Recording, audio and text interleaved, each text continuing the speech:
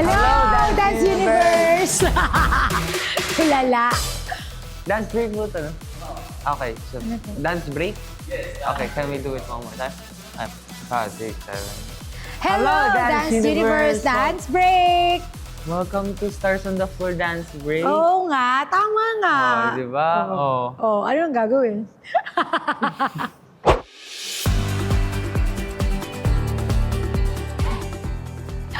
Oh, ito na nga. Ito yung genre natin. Oh, handa ka na ba? Handa. Parang di naman. Hindi talaga pagod na ako ate magbuhat. Hindi, joke lang. Kasi sila, puro sayo lang talaga. Ngayon talaga nakita nyo, onti na lang butiki na doon. Pero dahil wala siyang choice, kailangan niya magbuhat. Kailangan niya akong buhatin. So, lahat na ng buto niya nag-uuslian. Kaya nga, uslian, ano yun? Yung parang nagbubukol-bukol na. Actually, kasi from last mission, nung kami ni Gapol, bubagsak kami while nagte-training, kabukol o di sa may likod. And right now, I can still feel it, but I'm good. Ano Tapos naman tayo nadagdagan challenge? naman. Dito na may sumasakit. Panay buhat din naman. Pag inaangag ko din si ate, sabi ko, nararamdaman ko ah. Oy, pero ginagaangan ko na nga yun, nararamdaman mo rin naman, pero talagang... Ano ba? Pero talagang wala eh, ganun eh. Anong gagawin natin, di Wala ba? tayong magawa. We just have to Embrace it. embrace it. Galingan it. Kasi kailangan niya pa ng more ano eh. Kasi alam mo na, yung tema namin, wedding, maghihiwalay, Parang ano siya, kakasal. runaway bride. Yes. So, May nalaman kasi sa akin kaya siya tatakbo. yung reality, kaya naman niya yun. Pero yung wedding, yung kakasal, masyado pa siyang bata, malayo pa yun. So, yun yung mas inaano ko siya Iba na yung kailangan feeling yung i-feel mo. Kasi kung jowa-jowa lang, kilig-kilig, kaya naman niya yun. Pero yung feeling na maghihiwalay or ganyan, kailangan mo pa siyang motivation. Kasi ako, na-feel ko na yun. Alam mo yun, nanald na ako. So, alam ko yung feeling, alam mo yun. Yung feeling na nasaktan talaga ng sobra. So siya, wala pa siya doon. So, yun yung medyo challenge ano pa, sa kanya. yeah. Kasi yung buhat yan, challenge din sa kanya yun, pero mas more on yung feelings. Kasi yun yung importanteng makita. Yung maramdaman mo yung kanta. Lalo na't napakaganda ng kanta namin. Kanta ng tatay ko to, My Way. What's up, guys? Hello, Coach! Hello! Oh my God, Coach Chad again! Yes! Again. Okay. Ako yung magbumantis. So, ready na ba? For this week's dance style nyo, ang gagawin natin ay jazz. Yes. Pero, ang difference nito siguro dun sa mga previous na jazz na nagawa natin sa previous episodes, ito mas slow siya. So, more, lyrical jazz.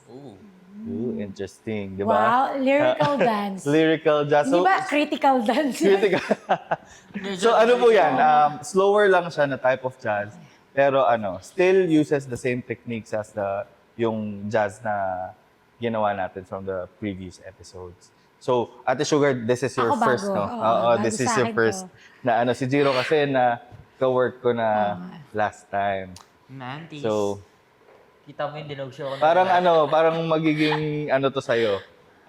New character unlocked. Oo. Ganyan. Seryoso ako dito. Yes. Bawal mag-joke. Ay. Okay, so ready tayo po? Who ready dapat? Okay, Yes. game. Uy. Sige. Start tayo siguro sa lifting. Ayun, lifting kagad. Lagot ka ate, babato kita. Sipahin kita. May dalawa akong anak. So try natin ha. Madali lang naman to. So, ang una ako muna po ikaw. So, mag-open siya. Kaya ka na? Other hand. Hindi, syempre hindi mo ko i-lift. Diba? Okay. Kung paano lang magsa-start. So, ito. Kinabahan ako, coach. Kinabahan rin ako. Tapos po, Parang pangalan hands. ko rin. Mag-hands lang. Okay po. Tapos, iikot under. Tapos, face there lang. Try po natin. Okay. Ready? Ito. Apa. Five. Ay, ganito ba, Coach? Or nakaganto? Ganyan. Yan. Ganyan. Yes. 5, 6, 7, 8. Arms. Tapos, ikot. Tapos, harap muna dyan. Yes. Tapos po, ang after nyan, extend your leg lang, tsaka yung arms. Parang magkaganyan lang. Reach lang, reach. Pero maintain na straight yung standing leg. And then, long neck. Yan. Diba? Parang pa-zombie na yan. Yes. So, kay Jeremy, from here, hug mo siya, di ba? Tapos, iaangat mo lang siya paikot. So ikaw close. Close. Para mabuhat. Try natin. From ano po? From dito. From zombie. Ganito. Go. Tapos lift, wrap around, and go up. Yan. Tapos iikot lang pa right. Tapos bababa lang muna. Meron pa din. Okay. May kasunod pa, hindi pa gosh, tapos. okay. Papapakita namin dito kung anong ibig sabihin talaga ng kantang kinakatakutan ng sambayanan. Na Diba? sinasabi ng Pantegi Bells. Yeah, na hindi naman pala masyado ka lang ma-pride, kaya hindi na tayo talaga hanggang dulo. Uy! Ma-pride ba ako? Parang hindi naman. Wow, parang personal. Ay, nag-iisip na. Personal. Uy! Ikaw, ma-pride ka?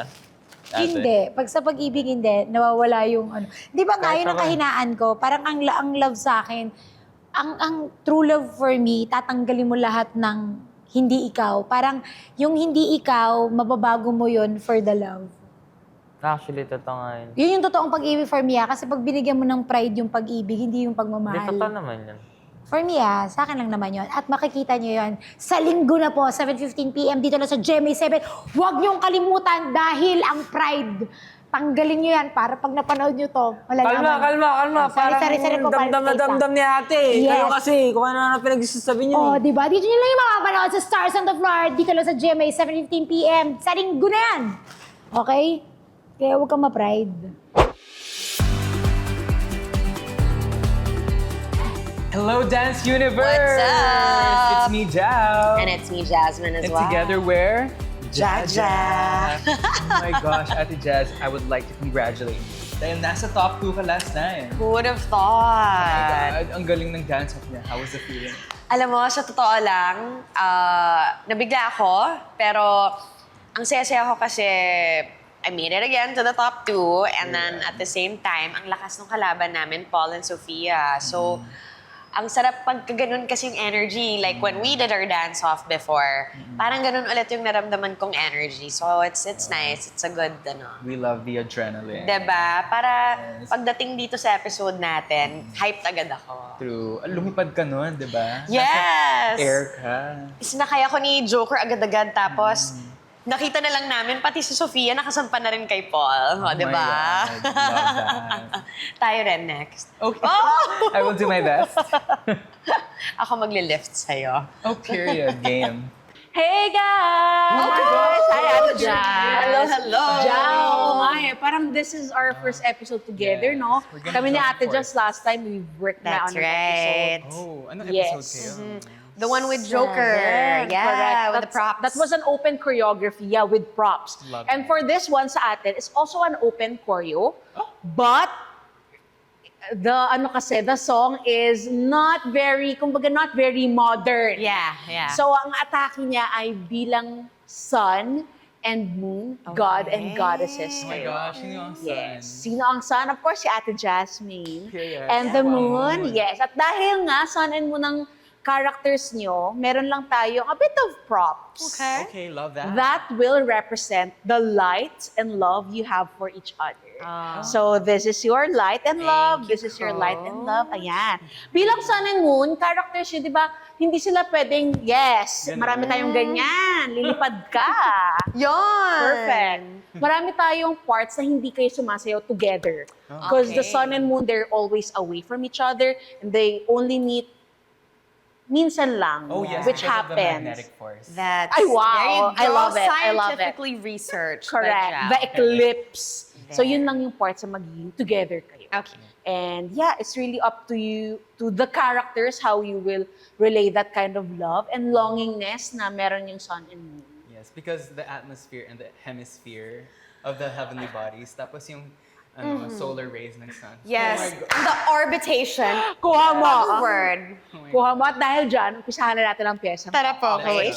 So magsa-start yung pyesa nyo ng si Jao ay nakababa, so nasa floor. Okay. And then si Ate Just is across here. So imaginein nyo, dun sa first part ng piece natin, wherein you guys aren't dancing together pa, umiikot kayo. So there is, imagine may Earth dyan, and then you are orbiting ba? Yes. You're orbiting around that. So yun yung pinaka-tema ng first part sa atin. Okay? Alright, okay. So again, this is the light and love. Light and love. And then you are... Gusto ko yung... Okay, bilang ikaw ay isang moon, ang ating position ay ganun pala. like this muna. Okay? Sorry. Yes. Oo. Alright. Hindi muna tayo mermaid dito for this Okay. one. Yes. Yes. Yeah, oo. Ganyan muna tayo for now. Okay? So, naka-cover yan sa inyo, signifying that you are still, hindi ka pa nagsashine bilang moon, and then si sun ay nagsashine na siya bilang Okay. daylight pa. Okay? Yeah. So, let's start this. 5, 6, 7, 8, 10, 10, and then open to go around, around, around, around, and up.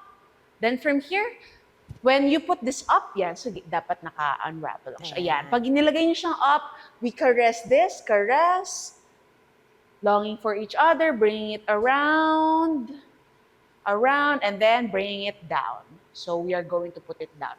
And then we start dancing the intro na, the verse na. Okay? From here, sige, diretso na natin to. Let's go. Alam mo naman. Yun talaga, practice makes perfect kasi.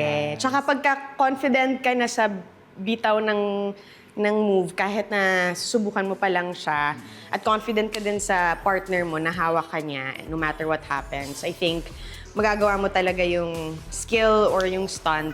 Even if first time, there's a way to go about it na safe and confident.